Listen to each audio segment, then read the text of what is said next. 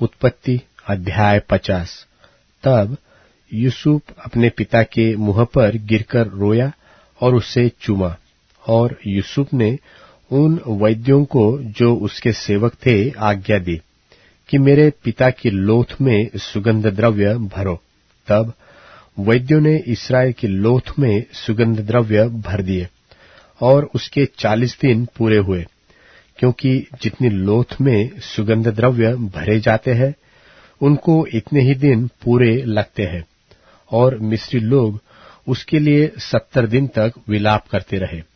जब उसके विलाप के दिन बीत गए, तब यूसुफ फिरौन के घराने के लोगों से कहने लगा, यदि तुम्हारी अनुग्रह की दृष्टि मुझ पर हो तो मेरी यह विनती फिरौन को सुनाओ कि मेरे पिता ने यह कहकर कि देख मैं मरने पर हूं, मुझे यह शपथ दिलाई कि जो कब्र तूने अपने लिए कनान देश में खुदवाई है उसी में मैं तुझे मिट्टी दूंगा। इसलिए अब मुझे वहां जाकर अपने पिता को मिट्टी देने की आज्ञा दे, तत्पश्चात मैं लौट जाऊंगा। तब फिरौन ने कहा, जाकर अपने पिता की खिलाई हुई शपथ के अनुसार उनको मिट्टी दे। सो यूसुफ अपने पिता को मिट्टी देने के लिए चला और फिरौन के सब कर्मचारी अर्थात उसके भवन के पुरनिये और मिस्र देश के सब पुरनिये उसके संग चले। और यूसुफ के घर के सब लोग, उसके भाई और उसके पिता के घर के सब लोग भी संग गए, पर वे अपने बाल बच्चों और भेड़ बकरियों और गाय बैलों को गोशेन देश में छोड़ गए और उसके संग रथ और सवार गए। सो भीड़ बहुत भारी हो गई। जब वे आदात के खलिहान तक जो यरदन नदी के पार है पहुंचे, तब वहां अत्यंत भारी विलाप किया और यूसुफ ने अपने पिता के लिए 7 दिन का विलाप कराया। आदात के खलिहान में के विलाप को देखकर उस देश के निवासी कनानियों ने कहा, यह तो मिस्रियों का कोई भारी विलाप होगा। इसी कारण उस स्थान का नाम आबेल मिस्रैम पड़ा और यह यरदन के पार है।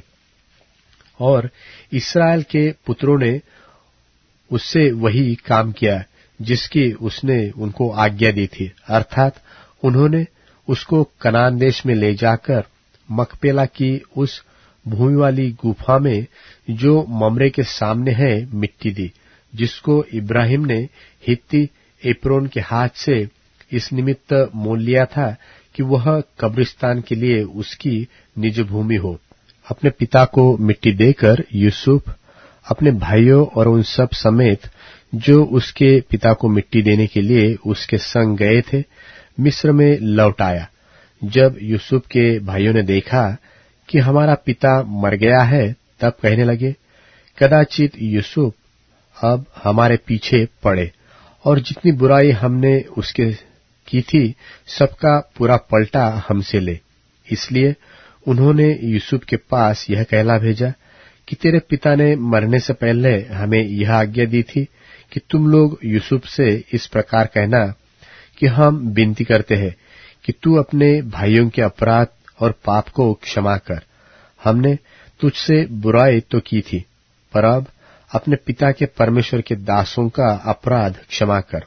उसकी ये बातें सुनकर यूसुफ रो पड़ा और उसके भाई आप भी जाकर उसके सामने गिर पड़े और कहा, देख हम तेरे दास हैं।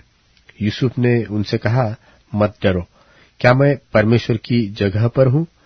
यद्यपि तुम लोगों ने मेरे लिए बुराई का विचार किया था, परंतु परमेश्वर ने उसी बात में भलाई का विचार किया, जिससे वह ऐसा करे जैसा आज के दिन प्रकट है कि बहुत से लोगों के प्राण बचे हैं। सो अब मत डरो, मैं तुम्हारा और तुम्हारे बाल बच्चों का पालन पोषण करता हूं।